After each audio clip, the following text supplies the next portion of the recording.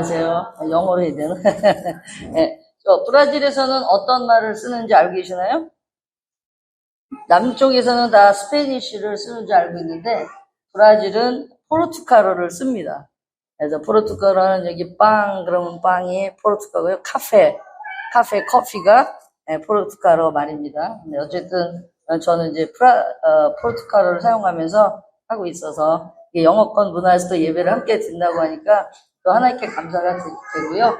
저는 서울신학대학 졸업하고 바로 92년도에 브라질에 갔다가 이제 10년간 이민교회에서 청년들, 학생들 사역하고 이제 하나님의 부르심이 있어서 교단 선교사로 가서 훈련받고 2003년부터 지금까지 사역을 하고 있습니다. 그래서 사역하는 걸 잠깐 보여드리고 또 주일이니까 오늘 하나님 말씀을 잠깐 나누고 이렇게 제 시간을 마쳤으면 좋겠습니다. 한번 넘기면 되나요? 네. 이게 좀 깨졌는데 어쨌든 여기가 어디 폭포인지 아시죠? 네, 이과스코포입니다. 가보신 분 있으신가요? 네, 한번 오세요. 네, 오세요, 여기. 하나님이 창조하신 정말 나이아가라 폭포하고 비교할 수 없는 폭포인데, 그 지역은 아니고 그 나라에서 사역하고 있습니다. 저희 교회는, 저는 세 가지 사역을 하고 있는데, 교회 현지인 목회 사역을 하고, 또, 우리 목사님들 훈련하는 훈련 사역을 하고, 또 신학교 학장으로 일을 하고 있습니다. 그 중에서 여기에 키 작은 할머니 한 분이 현지인들을 전도하고 싶어서 정말 있는 힘을 다해서 교회를 짓고 계셨어요. 그래서 60% 지어진 후에 이제 제가 선교사로 오니까 이제 이 땅과 이 교회를 주면서 저렇게 완성되어 있지는 않았지만 정말 좋은 지도자들을 키워주십시오라고 이렇게 교회를 주셔서 또 저희 교단의 후원을 통해서 완성되고 이제 거기에서 신학교와 목회자 훈련 학교를 하고 있습니다. 그래서 저희들 이제 세례를 주는데 세례 줄 때에 이렇게 그냥 이렇게 뿌리는 걸로 하면은 세례 받는 것 같지 않다고 꼭 물에 들어가야 된다 그래가지고 이렇게 강가에 가서 침례를 하는 것이 저희 세례인데 청소년들이 많이 나와서 세례 받고 또 주님의 길로 가고 있습니다. 저희가 이제 연합수련회를 통해서 일평생 하나님께 헌신하고자 하는 자들을 초청했는데 초청할 때 나와서 이렇게 무릎을 꿇고 평생을 주님을 위해 살겠다고 한 사람들 중에서 저기서 30%가 저희 신학교를 졸업하고 지금 사역자로 일하고 있습니다. 특별히 브라질에는 여기 카나다는 모르겠는데 브라질에는 아주 자유연애주의가 왕성해서 그냥 연애하면 잠자리 가고 또 잠자리 가면 그냥 같이 동거하는 생활을 합니다. 그럴 때 정말 결혼식을 하게 하고 또 결혼 혼인신고를 정부에 하게 하고 교회에서는 세리머니를 해주면서 이렇게 정말 주님 안에서 평생 결혼해서 잘 살 수 있도록 하는데 특별히 이 두 부부는 참 잘생겼죠. 굉장히 잘 어울린다고 생각하지 않으십니까? 멋있죠? 근데 이분들이 다 세 번째 결혼식이에요. 근데 한 번도 결혼하고 산 적은 없지만 이분들이 그래도 이렇게 믿음 안에서 이제 만나서 정식으로 혼인신고를 하고 결혼하며 살고 있는데 저희 교회에 정말 나온 지 한 4년 됐는데요. 코로나 때 나와서 정착을 하게 됐는데 정말 모든 예배 빠지지 않고 모든 성경 공부에 참여하면서 기도를 열심히 하고 지금은 청소년들을 리더하는 그런 선생님들로 잘 세워져 가고 있습니다. 그래서 바람은 이분들의 결혼이 마지막 결혼이기를 늘 축복하고 기도하고 있고 또 그들도 이제 내가 이 남자가 마지막 나의 남자요. 이 아내가 나의 마지막 아내다라고 생각하는 마음으로 살고 있습니다. 이렇게 해서 이제 현지인 목회를 해보니까 현지인 목회라니까 현지인 목사님들을 이해할 수 있어요. 우리 현지인 목사님들은 정말 어렵고 힘든 가운데 큰 교회 목사님들은 뭐 헬리콥터도 갖고 다니는 목사님도 있지만 대부분의 목사님들이 양복 한 벌에 정말 봄, 여름, 가을, 겨울 똑같은 양복을 입고 성경책도 너덜너덜한 성경책을 가지고 다니면서도 정말 그 자신들의 힘을 들이면서 헌신하여 목회하는데 이게 이제 번영신학, 잘 되는 복 받는 것만 이렇게 가리키다 보니까 참된 복음이 세워지지 않고 목회자의 영성, 라이프 스타일을 세울 수가 없는 거예요. 그 부분에 대해서 이제 저희 서울신대 교수님이셨고 선교국장 가셨던 이강천 목사님 통해서 이제 국제 바나바 목회자 훈련원을 브라질에 세우고 지금 사역하고 있습니다. 그래서 아마존 지역에서 저희가 선교교회가 8개가 있는데 첫 해에 제가 상파울루 지역과 아마존 지역에서 선교했습니다. 목회자 훈련했습니다. 그래서 세 번째 달이 성령 충만 사역은 중보기도 사역하는 건데 이제 여기 기도받는 집사님이 지금은 목사님이 되셨어요. 근데 성령으로 방언을 좀 하게 해달라. 충만 받아서. 그렇게 해서 우리가 중보기도 했는데 방언은 나중에 받으셨는데 그날 밤에 간경화를 치료받았습니다. 그래서 지금은 목사님으로 아마존 지역에서 정말 헌신하여 자기의 나무를 잘라서라도 교회를 짓는 그런 벌써 3개, 4개의 교회를 세워가는 훌륭한 히바마 목사님이십니다. 또한 저희 쌍파울 지역, 저희 교회인데 교회 안에서 우리 쌍파울 지역에는 현지인 목사님들 초교파적으로 1년에 한 팀을 만들어서 9개월간 매월 2박 3일씩 들어와서 공부합니다. 그래서 매월 주제가 있고요. 우리 목사님들이 훈련에 열중하고 있습니다.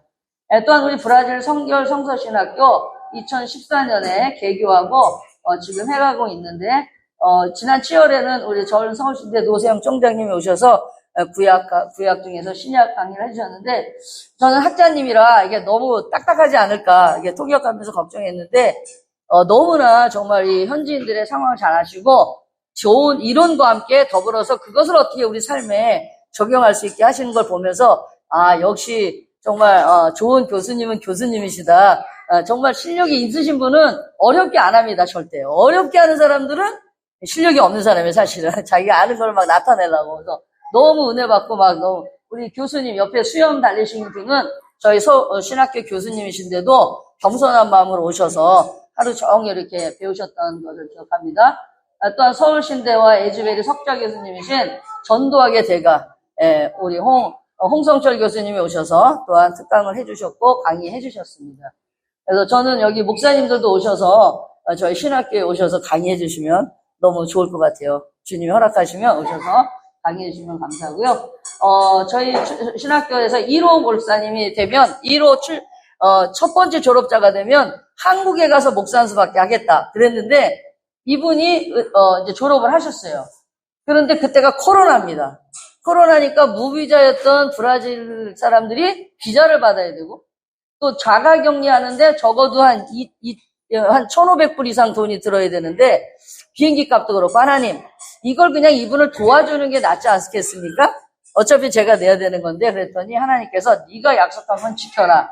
그래서 이분을 모시고 갔어요. 그래서 전 세계에서 딱 한 분 오셔갖고 우리 해외 선교위원회가 있거든요. 교단에. 그래서 이분이 그때 안수 받으시고 이게 3년 반 전인데 이제 2년 반 전에 2년 반 한 10개월 전에 교회를 개척하셨어요.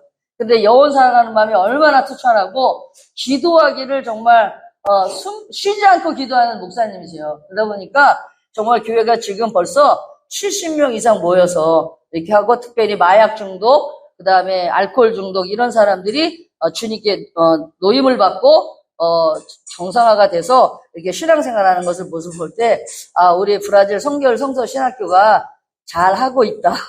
그런 생각이 좀 드는 것은 저희는 4년 동안 숙식을 합니다. 그래서 1학기에 4개월, 2학기에 4개월 숙식하면서 매 첫 달에는 성경 통독을 합니다. 그래서 신학을 우리 학교를 졸업하고 나면 적어도 8독, 방학 동안에 공부하면 10독 이상의 성경을 공부하고 매 학기마다 우리가 브라질 성결 성서신학교라고 했던 것은 신학적인 것보다는 성서 중심의 그런 신학교. 그래서 성경에 대한 것을 많이 가르치고 또 그렇게 말씀 묵상도 하고 있습니다. 그래서 지난 6월에는 이제 웰베치 목사님이라고 두 번째 목사님이 하게 돼서 한국 교단에서 오셔서 이렇게 졸업식과 목사 안수식, 그다음에 전도사 안수치식을 이렇게 진행해 주셨습니다.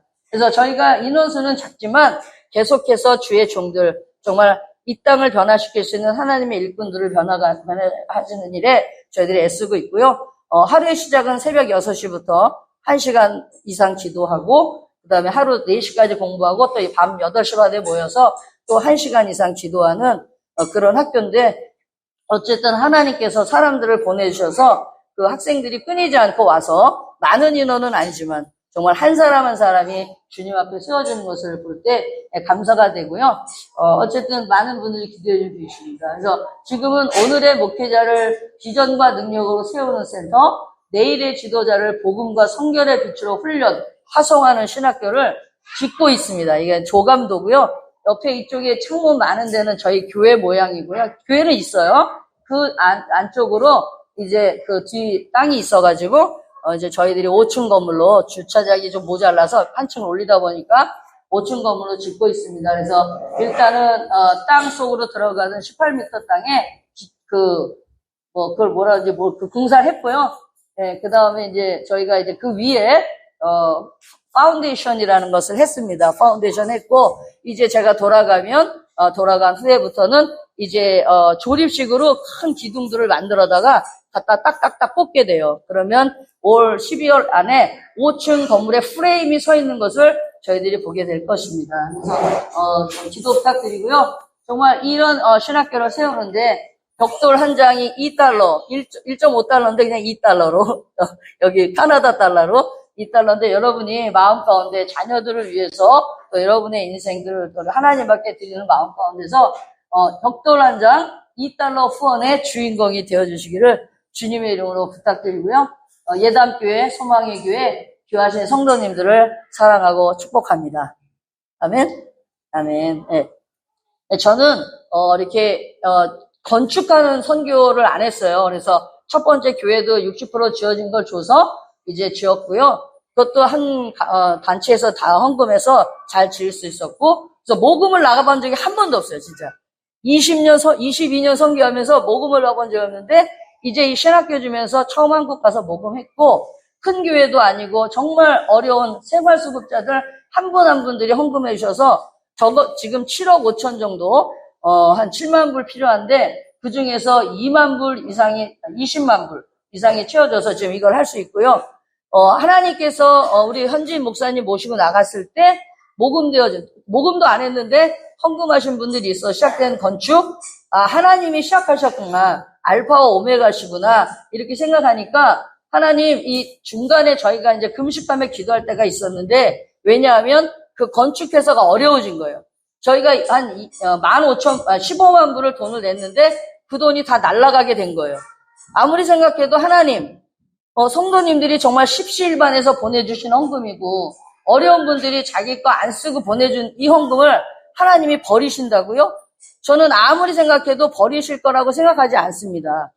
그런데 버리신다 할지라도 하나님께서는 더 다른 것으로 갚아주시고 채워줄 줄로 믿습니다.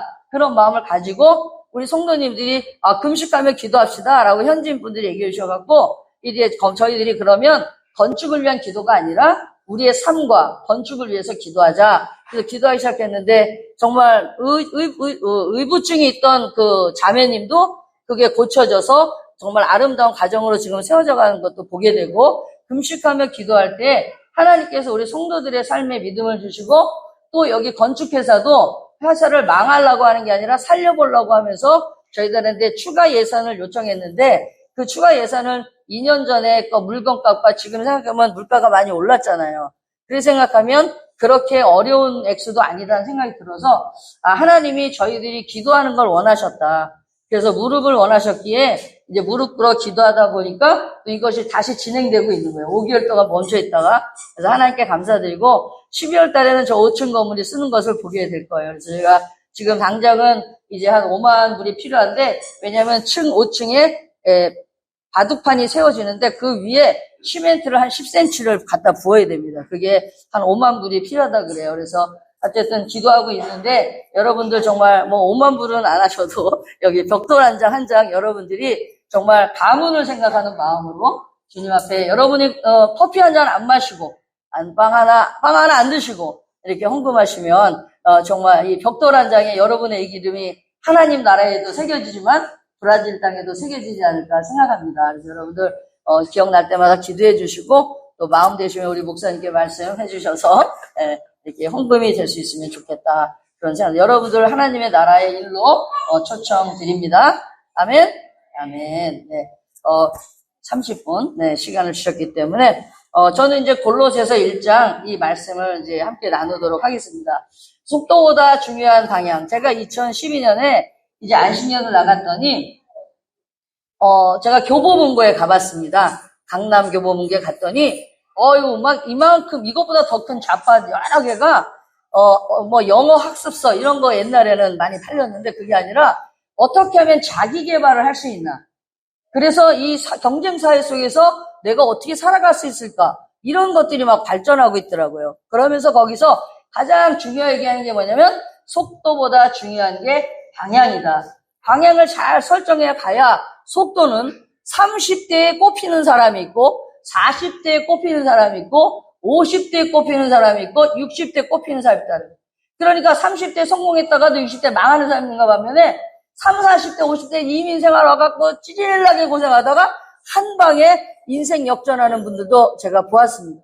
저희 브라질에는요, 이제 그 원단을 들여왔다가 망했어요. 6개월 먼저 내려와서 유행을 타지 못해서 망했는데 이분이 인생 역전을 하는데 메로나 아이스크림, 메로나 하드를 가지고 들어와서 이게 메로나가 잘 팔려가지고 브라질 저기 상파울 지역에 제가 한 40km 떨어진 곳에 있는데 공항에서 저희 동네도 메로나 하드 팝니다. 그 다음에 붕어빵도 팔아요. 그래서 붕어빵도 먹고 그러는데 그렇게 이제 하나님 이게 인생이라는 게 우리는 모르지만 우리가 정말 주님 원하시는 방향으로 걸어간다면 주님이 원하시는 때에 우리에게 한방 또 하나님의 나라를 위해서 살 수 있는 그런 일을 이뤄주시지 않을까 생각합니다. 엘빈 토플러는 세계적인 미래학자로 이제 오래된 사람이지만 70년대에 미래충격이라는 책을 출판하고 또 10년 만에는 20년 만에 제3의 물결 그리고 2000년대에는 권력이동이라는 책을 썼습니다. 그러니까 세계 권력이 군사력에서 경제력, 경제력에서 지식으로 이제 지식에서 정보로 이런 정보 기술로 펼쳐진다 그런 얘기를 하고 있어서 요즘은 챗 GPT 그 다음에 카카오톡 그러면 전 세계와 함께 소통하고 내가 모르는 것도 챗 GPT와 대화를 하면서 해주고 파워포인트도 내가 이런 걸로 하려고 그러는데 챗 GPT 파워포인트 좀 만들어줘. 그러면 쫙 만들어서 그중에서 몇 가지만 고치면 되는 뭐 이런 엄청난 시대에 우리가 살고 있습니다. 이러한 건데 그래도 이런 걸 잘 보면 이 권력 속에는 파워, 힘이 있거든요. 힘인데 창세기부터 요한계시록까지 이야기해야 되는 것 중에는 딱 두 가지의 힘이 존재합니다. 하나는 하나님의 권력, 그 다음에 세상의 권력.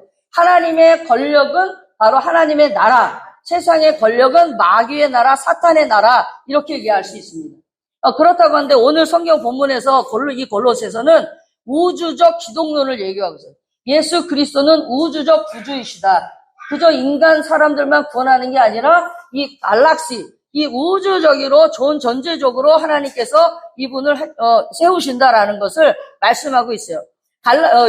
빌립보서 2장 11절에서 11절에 보면 예수님께서 십자가에서 달려 죽으실 때까지 순종하여 복종하셨더니 하늘 보좌를 버리시고 복종하셨더니 그를 부활시키셔서 하늘 위에 있는 이름과 한 땅에 있는 이름과 땅 아래 이름이 다 무릎을 꿇고 찬송하게 하셨다. 그런 말씀을 합니다. 그러니까 예수 그리스도는 그저 내 개인의 구원 이루시는 구세주가 아니라 정말 이분은 우리에게 있어서 이 세상을 다스리고 정복하는 그러한 모든 영향력을 가지신 창조주이심을 우리가 다행히 제가 목소리가 커가지고 다 들으셨죠? 네. 그런 전 세계를 그 전 우주를 다스리시는 하나님의 아들이셔. 우리 찬송한 것처럼 아버지를 찬양하고 아들을 찬양하고 성령을 찬양하는데 이분이 곧 하나시다. 이분이 그러므로 온 세계를 다스릴 뿐만 아니라 우주를 다스리는 분인데 그 하나님이 이 오늘 성경 본문이 아마 새번역 성경인 것 같아요. 새번역 성경인데 너무 잘 돼 있어요. 왜냐하면 우리 옛날 개역개정에는 그가라고 돼 있어서 잘 말해요. 아버지가 우리를 흑암의 권세에서 건져내서 이제 그의 사랑의 아들, 그의 사랑하는 아들로 우리를 옮기셨는데 그 사랑 안에서 우리는 구속, 곧 죄사함을 받았다. 이렇게 얘기하는 거예요. 그러므로 우리는 이 땅에 살아가면서 이 세상에 속한 사람으로 살아가는 것이 아니라 하나님 나라에 속한 사람으로 살아가도록 하나님에 대한 어떠냐면 하나님의 사랑하는 아들을 이 땅에 보내주셔서 그를 믿는 자마다 멸망하지 않고 다 구원받게 해주신 그 나라에서 우리는 살아가는 것이다 라는 것을 말하고 있는 거죠. 그러므로 이 세상은 흔들리고 변해도 하나님의 말씀과 그의 나라는 영영이 쓰는 것을 우리는 믿습니다. 그러므로 말미암아 우리가 살아갈 때에 내가 어디를 살 것인가? 천국은 죽어서 가는 나라입니다. 영원히 가는 나라예요. 그러나 우리가 이 땅에서 그리스도의 복음 가운데 우리가 살아간다고 한다면 우리가 주님의 다스림을 받으면서 이 땅에서 하나님의 나라를 살아가는 거죠. 하나님의 나라를 이 땅 가운데 살아가건 내가 카나다 시민권을 가지고 살고 내가 한국의 시민권을 갖고 있고 브라질의 영주권을 갖고 산다 할지라도 나는 바로 하나님 나라에 속한 자로 그 나라에서 하나님 나라의 백성을 산다는 것. 우리 찬양 가운데 복음에 대해서 찬양했습니다. 여러분 정말 복음이 무엇입니까? 저는 이 복음만 설교하고 오늘 마칠게요. 물이 있으면 물 좀 주세요. 물.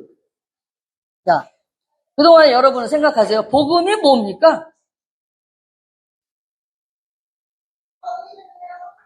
이 복음을 알아야 하나님 나라에 살 수 있습니다. 하나님 나라에 살면서 정말 왕이신 나의 하나님을 온 세계 가운데서 이 세상을 다스리시는 뿐만 아니라 온 우주 가운데 영광 받으실 하나님을 내가 나의 주님으로 나의 그리스도로 섬긴다는 것을 알게 됩니다. 그렇다고 한다면 내가 좀 지금 사는 게 좀 녹록지 않아도 잘 못 살아도 내가 공부한 것이 별로 없어도 사는 것이 힘들어도 기죽는 것이 아니라 나는 바로 이런 하나님의 자녀로서 이 땅에서 살아간다는 신앙적 자존감을 가지고 우리가 살아갈 수 있다는 것이죠. 자, 복음이 무엇입니까? 기본적으로 얘기하죠.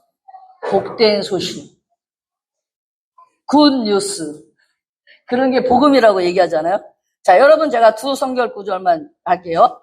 자, 요한복음 2장, 누가복음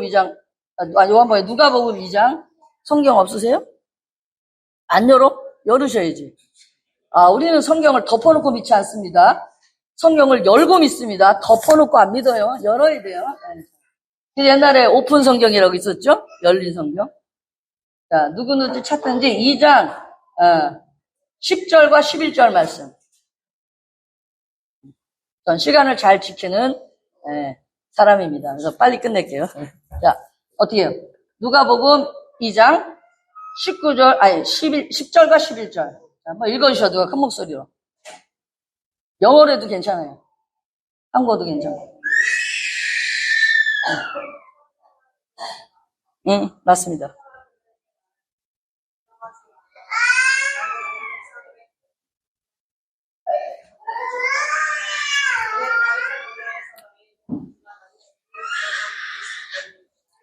천사가 예수님이 태어난 날 베들레헴에서 태어나셨는데 천사가 나타나는 거예요. 그 목자들한테. 그러면서 온 민족에게 온 세상에 미칠 큰 기쁨의 소식을 내가 너희들에 전하는데 다윗의 동네 왕의 동네에서 구주가 나셨다.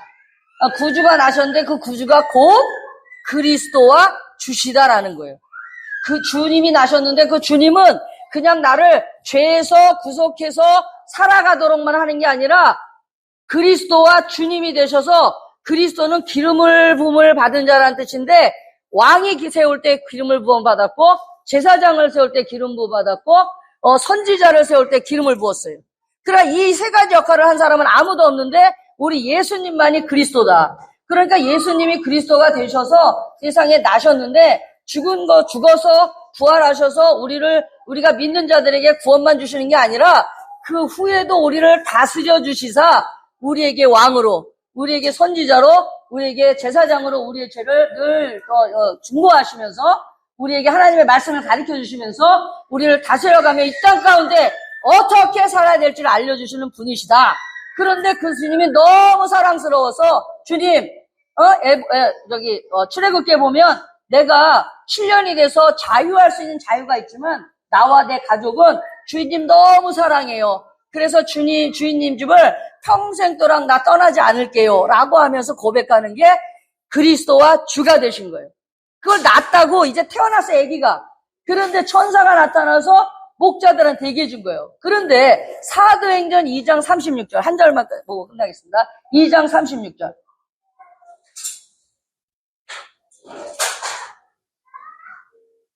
사도행전 2장 36절. 베드로가 사도행전 2장은 성령을 받는 오순절의 사건이 나뉘는 그때 베드로 한 사람이 설교한 게 기록되어 있지만 제가 볼 땐 모든 사도들이 자기가 받는 방언으로 설교했기에 아시아에서 온 사람들이 자기 나라 말로 그 땅에 있는 말로 다 알아들었어요. 그러면 베드로 설교만 여기 기록됐지 그들도 하나님을 예수님을 전했다. 그럼 베드로는 뭐라고 하냐면 2장 36절 한 분이 크게 읽어주세요. 우리 컴퓨터 읽어보세요. 컴퓨터 집사님.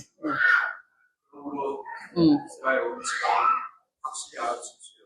하나님께서는 여러분의 십자가를 주님과 그리스도가 아멘. 자, 마귀는 예수님을 죽여서 십자가에 못 박아 죽여서 구주가 되지 못하도록 하려는 작전이에요.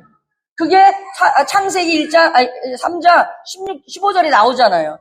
예? 그런데 그거는 뭐 나중에 목사님한테 배우시고 자, 그렇게 돼서 그런데 하나님은 그를 어떻게 했대요? 너희들이 죽인 그 예수를 하나님은 그를 부활시켜서 바로 주와 그리스도가 되게 하셨다라는.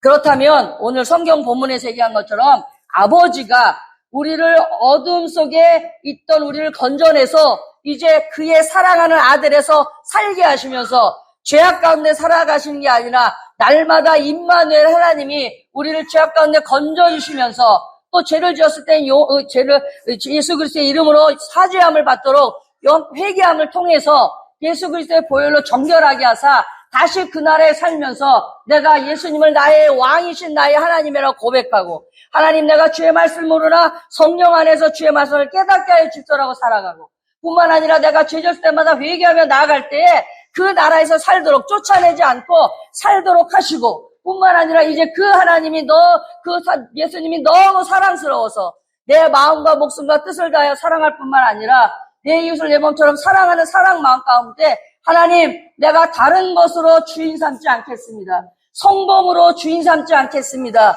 내가 잘 되는 것으로 내가 부자 되는 것으로 내가 행복한 것으로 내가 돈으로 내가 그걸 삼지 않고 내 주님을 주인 삼고 살아감으로 어둠 가운데 사는 것이 아니라 빛으로 이 세상에 오셨던 주님 그 주님을 따라 살겠습니다라고 살아가는 삶이 바로 그 나라의 하나님의 사랑하는 아들의 나라에서 사는 삶이라는 거죠. 사랑하는 성도 여러분, 요한복음 1장에 보면 예수님은 빛으로 이 세상에 오셨어요. 그런데 자기 백성들이 그 빛을 알지 못했다라 그래요. 슬픈 일입니다. 자, 사랑하는 성도 여러분, 눈을 감아보세요. 기도시키는 거 아니까 눈 감으세요. 두려워하지 말고. 자, 눈 감으면 여기가 밝은 가게라는 게 믿음이 교회라는 게 믿어집니까? 빛이 보입니까? 안 보여요. 눈을 뜨세요. 눈 뜨고 나면 밝은 교회인 것을 볼 수 있죠? 그런 것처럼 우리의 영적인 눈이 열려서 우리 주님을 바라볼 때 우리가 어둠의 세상에 놓이지 아니하고 밝은 주님의 빛 가운데서 하나님 아버지의 그의 사랑하는 나라에서 죄악 가운데 사는 것이 아니라 내가 거룩하니 너희도 거룩하라 말씀하신 것처럼 거룩한 백성의 삶을 살 줄로 믿습니다. 그래서 속도보다 중요한 방향. 지금은 내가 좀 어렵고 힘들고 또 잘 나갈 수도 있지만 그러나 주님 내가 다른 것보다 주인 삼지 않고 내 주님 주인 삼고 내 주님 사랑하면서 살아가겠습니다 라고 고백하면서 우리들이 이 땅 가운데서 정말 주님의 나라를 세워가는 그런 주의 백성들이 되시기를 주님의 이름으로 축복합니다.